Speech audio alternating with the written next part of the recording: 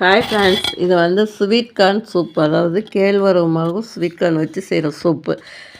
நல்லா ஹெல்த்தியாகவும் இருக்கும், ஈஸியாகவும் செய்யலாம். அது எப்படி செய்கிறதுன்னு பார்ப்போம். அதுக்கு முதல்ல வந்து 1 1/2 லிட்டர் தண்ணி கொதிக்க வச்சு, இது 2 பீஸ் ஸ்வீட் கார்ன் அதை உதுத்து வச்சுக்கணும். அந்த முத்துக்களை மட்டும் உதுத்து அந்த தண்ணியில் போட்டு நல்லா வேக விடணும். ஒரு 5 நிமிஷம் வேக வச்சா போதும். நல்லா அது வெந்துக்கிட்டு இருக்கையில் நம்ம வந்து இங்கே வந்து ஒரு கேப்ப மாவு வந்து ஒரு கிண்ணத்துல ஒரு இந்த இப்போ 1 1/2 லிட்டர் தண்ணிக்கு ஒரு 2 ஸ்பூன் அல்லது 3 ஸ்பூன் போட்டு தண்ணி ஊற்றி கரைச்சி வச்சுக்கணும். இதனால் தண்ணி சேர்த்து கொஞ்சமாக கரைச்சி வச்சுக்கிட்டு அதுக்கெல்லாம் இந்த நம்ம ஸ்வீட் கார்ன் வெந்துடும். வெந்த ஸ்வீட் கார்னில் வந்து ஒரு 5 நிமிஷம் வேக வச்சா போதும். ஏன்னா ஸ்வீட் கார்ன் சீக்கிரமே வெந்துடும்.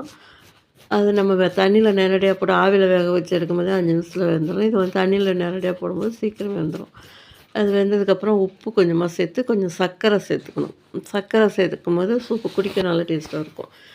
சாட் மசாலா அது கொஞ்சம் சேர்த்து, மிளகுத்தூள் எல்லாமே சேர்த்து அது நல்லா கொதிச்சிட்ருக்கையில் நம்ம கலந்து வச்ச அந்த கேப்ப மாவையும் அதிலே ஊற்றி கிண்டிடணும். கிண்டிட்டா வந்து ரொம்ப நம்ம மாவு 2 3 ஸ்பூன் போட்டு தானே கலந்துருக்கோம். அதனால் ரொம்ப கூழ் மாதிரிலாம் ஆகாது, கொஞ்சம் தண்ணியாகவே இருக்கும். அப்படி ரொம்ப கெட்டியாகிடுச்சுன்னா கொஞ்சமாக தண்ணி சேர்த்து உப்பு காரம் எல்லாமே கொஞ்சம் அதிகப்படுத்திக்க வேண்டியதும்.